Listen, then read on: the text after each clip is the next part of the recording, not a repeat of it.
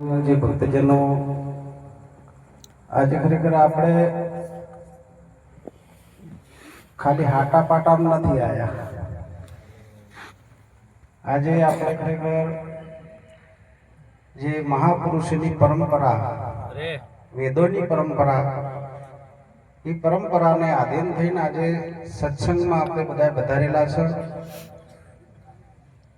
અને આજે અમારે ખરેખર વંદન અને પૂજનીય એવા લક્ષ્મણસિંહ તથા પ્રભાતસિંહ અને એમનો સમસ્ત પરિવાર મળી અને આજે ભડત ગામની પાવન ધરા ઉપર જેમણે બંને તિથિઓ એકત્રિત કરી અને એમના ભત્રીજા રાજુભા, એમની માતુશ્રીની તિથિ ને એમના ભાઈની તિથિ, બંને તિથિઓ બંને હાથે કરી અને જેમણે સુંદર એક સત્સંગનો યોગ રાખ્યો એ બદલ એમને એમના પરિવારને કોટી કોટી વંદન છે. વિશેષમાં આજે ખરેખર આ ભૂમિને મહાપુરુષે અનંત મહાપુરુષો હોય પધારેલા છે, પણ આજે ખરેખર એક ગૌરવની વાત છે કે કાણોદરથી પરમાત્માને સંત શ્રીરામને વંદનીય અને પૂજનીય એવા વચરામ બાપુ પણ આ ભૂમિ પર ખરેખર વધારી અને આ ભૂમિને પાવન કરી એ બદલ એમને એમના મંડળને કોટી કોટી વંદન છે. ભાઈ ભલા જે ઘર સંત વધારે કરી સિમરણ ને ભાવ સાગર તારે. આજે એવા પણ મહાપુરુષો વ્યાસપીઠને દીપાવનાર સર્વે શિરમોડ સંત જે ખરેખર ઉત્તર ગુજરાતનો ગૌરવ અને જેમણે સેવાનો તો એટલો બધો લાભ લીધો છે કે જેમણે ખરેખર સબરીબાઈથી વિશેષ પૂજ્ય કાણોદર નિવાસી વૈષ્ણવ બાપુ, એમની બાજુમાં સામટી અને ડીસાનો બે બંને જેમને સુરમ મહારાજ અમારે ખરેખર દર અમાવાસે એક સુંદર સેવા કરે છે એવા પૂજ્ય કૈલાસરામ મહારાજ ડીસાથી, અમારે વડદાપુરાથી પૂજ્ય અજમલરામ મહારાજ, મારી બાજુમાં જેમને ખરેખર 3 નાઇટ લાગે છે બલોચપુર, ભડત અને ડીસા, અને જેમને સમાજની સેવામાં પણ એમને બહુ ફાળો આપ્યો છે એવા પોપટરામ સાહેબ, હમણાં જ જેમને નવયુક્ત જેમને અધિકાર પ્રાપ્ત કર્યો છે. અમારે ખરેખર ઉપજીરામ મહારાજ તો ભૂલાય એવા જ નથી. એમને તમે ખરેખર તમે એમને અધિકાર પદ હતો પણ એમને મનમાં કશું હતું જ નહીં કોઈ કે હું અધિકારી છું. ખાલી ભક્તો બેઠા હોય તો ભક્તની પાછળ થઈને બેસી જાવ અને એમને એવું બધું આખું જેમ ખાકરની પૂતળી હોય ને એમને ગમે એમના તમે ચાપો તો મેઠી તો પણ એમને પણ એમના પરિવારને વંદન છે કે આ ગામમાં એક ખરેખર જેમણે અવતાર લઈ અને એક આ ગામને બહુ સુંદર જે માર્ગદર્શન પૂરું પાડ્યું છે. પૂજ્ય અમારે જણારામ મહારાજ, એમની બાજુમાં આપણે આપલથી પૂજ્ય ઉજંબા, ખરેખર એમની અવસ્થા પણ ખરેખર એમની વાણી પણ સુંદર છે. દૂરથી આપ પ્રેમે સજ્જનનું કારણ કે નામ તો બધા ગોમને આવડે જ છે, પણ આદિના ભાગમાં બધા પગ સમય જાય એવા સર્વે શ્રીમોડ સંતો, ભક્તજનો, સંત માતાઓ, બાળગોપાળો અને સર્વેને તો પહેલા મારા જય ગુરુ મહારાજ. આજે એક નિર્વાણ તિથિ અને નિર્વાણ માતાની અને ખરેખર પુત્રની તિથિ, અને આ તિથિનો એક સુંદર યોગ રાખ્યો કારણ કે તિથિનો અર્થ છે એમને યાદ કરવા.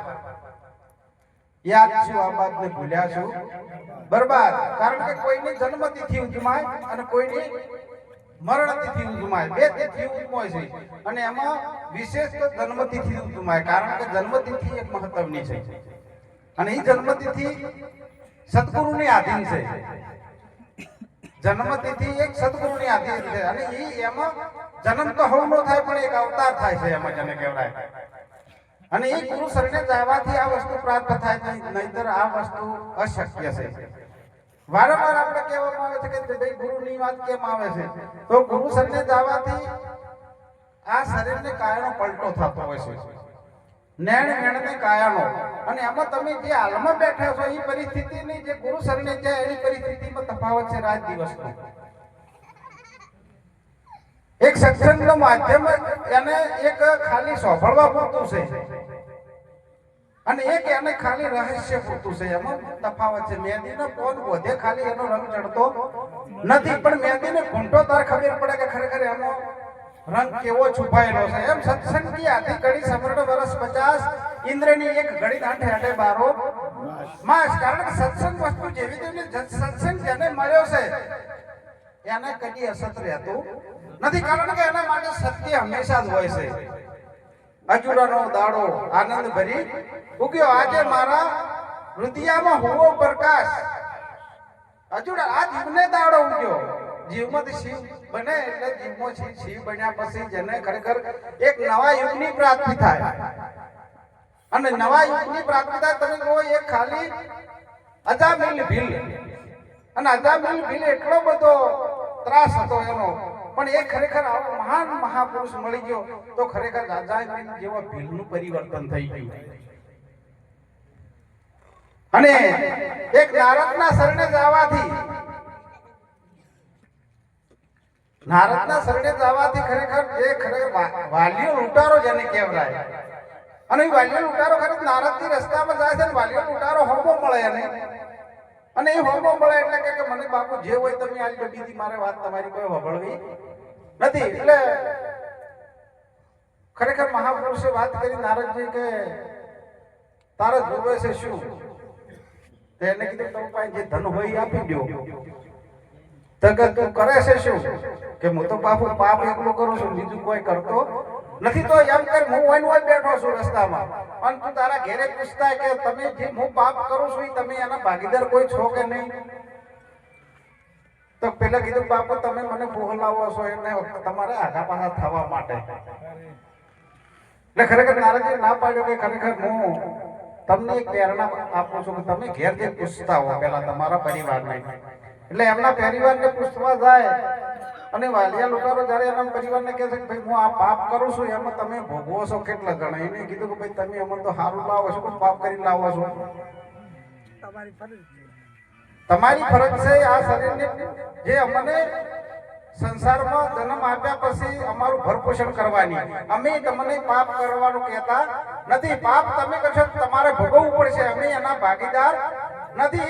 એ ખરેખર એ વાલીઓ લૂંટારો જો બેસી ગયો અને એટલે ખરેખર સપ્તકોટી જેને રામાયણ લખી નાખી. અને આપણે લગભગ બેહવા ઉઠવામાં ખાસા વર્ષો વીતી જાય છે, પણ લગભગ મહાપુરુષનો જે વસ્તુ પ્રાપ્ત થવી બહુ કાઠી વાત છે. હીરો પડ્યો મેદાનમાં મૂર્ખો મૂળ એના શું કરે? સંત ઝવેરી આવી મળે તો ખરેખર શાન કરે. શાનમાં એક શાન કહું તમને પાનભાઈ, જેને શાન સમજ્યા પછી જેને કરવું ન પડે કોઈ. અત્યારે ખરેખર આપણે સત્સંગ વભળવા આવ્યા તો આપણને બેહવાનો મેળ પડતો નથી. ચારે મહાપુરુષ સત્સંગ કે વાણી કરવાનું ચાલુ કરે ને આપણે રસ્તો કરે ઘડીક રસ્તામાં બહાર બેસી આવવાનું. બહાર જવાથી બે તકલીફ ઊભી થાય. જે મહાપુરુષનું જે તમે લીધેલું છે કદાચ વ્યર્થ જાય અને એ વ્યર્થ જવાથી આપણી જે રાત હોય વધાર્યા તમે અને તમે હોય વધાર્યા પછી બેઠા એ તમારું વ્યર્થ જાય છે. તો પહેલા તો આપણે સ્થાન ગ્રહણ કરતે શીખવું નથી. કોઈ કહેવત છે કે ભાઈ પહેલા બેસતા જવાનો પછી ઉઠતા શીખો. સંત સભામાં આવ્યા પછી આપણે જેમ ફાવે એમ ના કરાવાય. કારણ કે તમે કઈ ભૂમિકામાં આવ્યા છો? સતની ભૂમિકામાં છો હાલમાં. અસતની ભૂમિકામાં છો નહીં તો તમે ખરેખર સતની ભૂમિકામાં વધારેલા હોય તો તમને અસત તો ઢુકડું ના બધું હોય. ભલે કશાક કોઈ તમારું વ્યસન હોય તો તમે મર્યાદામાં આજુબાજુ જઈને કરી શકો, એનો કોઈ વાંધો નથી. પણ પહેલા સ્થાન ગ્રહણ કરવાની જરૂર છે. આપણે એ વાત છે કે 5 મિનિટમાં પટાઈને આપણે હોય આવીને બેસી જવાનું. પછી તમને જ ખબર પડશે. આ તો તમને કોઈ પણ વ્યસન હોય તો આપણે તરત ખબર પડતી નથી. કારણ કે સત્સંગ અને વ્યસન એમાં સત્સંગથી તમને જે તમારામાં જે કુટેવો છે એ કુટેવોનો ક્ષય થાય છે. અને એ સત્સંગ લીધા પછી તમને ખબર પડે ખરેખર આપણું શરીર આવું ચિંતામણી અવતાર આપણને વારંવાર મળવાનો નથી. અને આ મળ્યો છે કે કંઈક કરી લે કમાણી હરી નામની અવસર આવો તને નહીં મળેલા માનવી. આવો અવસર સુંદર આપણને મળ્યો છે ને આ અવસરને આપણે શું મેળવી દઈએ. અને આ અવસરને તમે ખોટી ઉપાય કરો તો એક દિવસ આ શરીર પડવાનું ને પડવાનું. કારણ કે જેમાંથી ઉત્પત્તિ છે એમાં એનું લય થવાનો છે. એના માટે કરીને મહાપુરુષે કીધું કે હજી તમે કઈ તમે તમને ઓળખો. आदम को खुदा मत कहिए आदम खुदा नहीं लेकिन खुदा का नूर से आदम जुदा नहीं. एक भाई હતો ને એમને લગ્ન કર્યા પછી અરે લોજમાં જમવા જાય ઘેર જમે નહીં. એટલે પેલી ભાઈએ કીધું કે તમે ઘેર કેમ જમતા નથી? આજ કે હું લોજમાં જમ્યા કે તમારી હું વાઈટ બેસી દીધું કે તમે આવો તો હું રસોડું બનાવું. એટલે પેલા કીધું કે મેં લોજમાં જમી લીધું છે. એટલે કે તમે લોજમાં શા માટે જમ્યા? કે આમ તો તમારામાં મારા માથામાં બે એક છે, શરીર ભલે જુદા છે. એટલે સંતોષ માની લીધો કે કોઈ વાંધો નથી. પેલો થોડા દિવસ છે પેલો 4 ધામની જાત્રા ફરવા જતો રહ્યો. એટલે પેલી બેને પૂછ્યું કે તમે ક્યાં ફર્યા? કે જાત્રા તો કે મને લઈ જાવી તો તમારા હારી. તો પેલા ભાઈએ કીધું કે તારામાં મારા હાથમાં એક છે કે ભલે શરીર જુદા રહ્યા. પેલી તોય માની લીધું. એક દિવસ થોડોક સમય થયો પેલી ભાઈએ એકલી રહોડું બનાવ્યું, એકલી એક જમે એટલું. અને પેલો ભાઈ આખા દાડાનો કંટાળેલો ઘેર આવ્યો અને પેલા કીધું કોઈ જમવાનું પડાયું છે કે તમારામાં મારા હાથમાં એક છે કે? પેલી બહેને પૂછ્યું તમારા મારા હાથમાં એક છે કે? મેં જમી લીધું એટલે તમે જમી લીધું કે? એટલે ખબર આવી પડે ખરેખર जीवन में जब तक रहेगी जिंदगी फुर्सत नहीं मिलेगी काम से ऐसा समय निकालो प्यार कर लो. श्री राम से राम થી प्यार કરવો હોલી વસ્તુ નથી. સુદામાને વિશ્વાસ નતો આવતો કૃષ્ણ ઉપર કે આવી વૈભવ નગરીમાં જે રાજ કરી રહ્યો છે અને એ ખરેખર બહુ ગરીબ બ્રાહ્મણ અને એને કોકને હું એમ મારો મિત્ર છે કૃષ્ણ તો એ ખરેખર મને કોઈ એમ ના કે કોનો મિત્ર આવો હોય. અંત કાઢી જાતી કરી ખરેખર મળવા જાય અને એમને મેથી એમ કે તમે થોડુંક લઈ દો કઈક હું મારા ભાઈ પાસે એટલે શું લઈ દઉં હું. એટલે પેલે ને આખા મેટલામ ફરી થોડાક તોતળા ભેળા કર્યા, થોડા લઈ અને એ પોટકી લઈને હેડ્યા છે આ મિત્રને મળવા. અને મિત્રને મળવા હેડ્યા ને દરવાજે કોળિયા ઉભા હતા. કીધું કે મારા મિત્રને મારે મળવું છે. એટલે કે ને તમારા મિત્ર કોણ છે? કે મારો મિત્ર કૃષ્ણ છે. એટલે પેલા કોળિયા બધા ખરેખર હસા સિપાહી હતા. કે જો કાવાને લુગડે પહેરવા નથી, પગમ પગર શું છે નહીં, અને કેટલા દાડા મને નાયા છે. અને આ એમ કહે કે મારો કૃષ્ણ મારો મિત્ર છે. તો એ સમય પેલો આ વાતને પેલાની મોની નહીં પણ કોઈ ખારો આવો સજન હશે પેલાભાઈ જેવો તો કે એમ કરો કે આપણે આની વાત તો કૃષ્ણ સુધી પહોંચાડો. તો પેલો તો પાછો હેડ્યો પડો ભાઈ સુદામા તો કે મારી વાત હવે કોણ વપળે? તો ખરેખર નિષ્ઠાવાન ભક્ત હોય એની કદાચ બીજા કદાચ વાત વપળે ના વપળે. આપણે પાછા રિવર્સે આપવું પડશે હોય.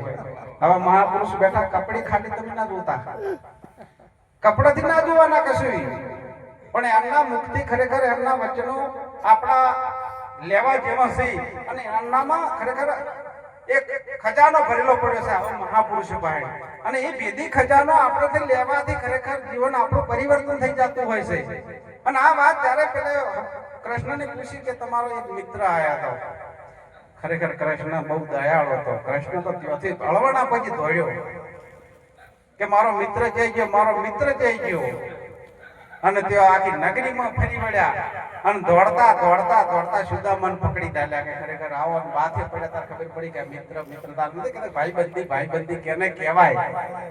ભાઈબંધીમાં સુદામાને કૃષ્ણ મળ્યા એને ભાઈબંધી કહેવાય. ત્યારે ભાઈબંધી ખાલી સવાર પૂરતી જ છે. તમે ભાઈબંધી બાકી કોઈ નહીં. ભક્તો પોસ ભેળા થયા હોય તો એમાં કદાચ વિક્ષેપ થઈ જતો હોય છે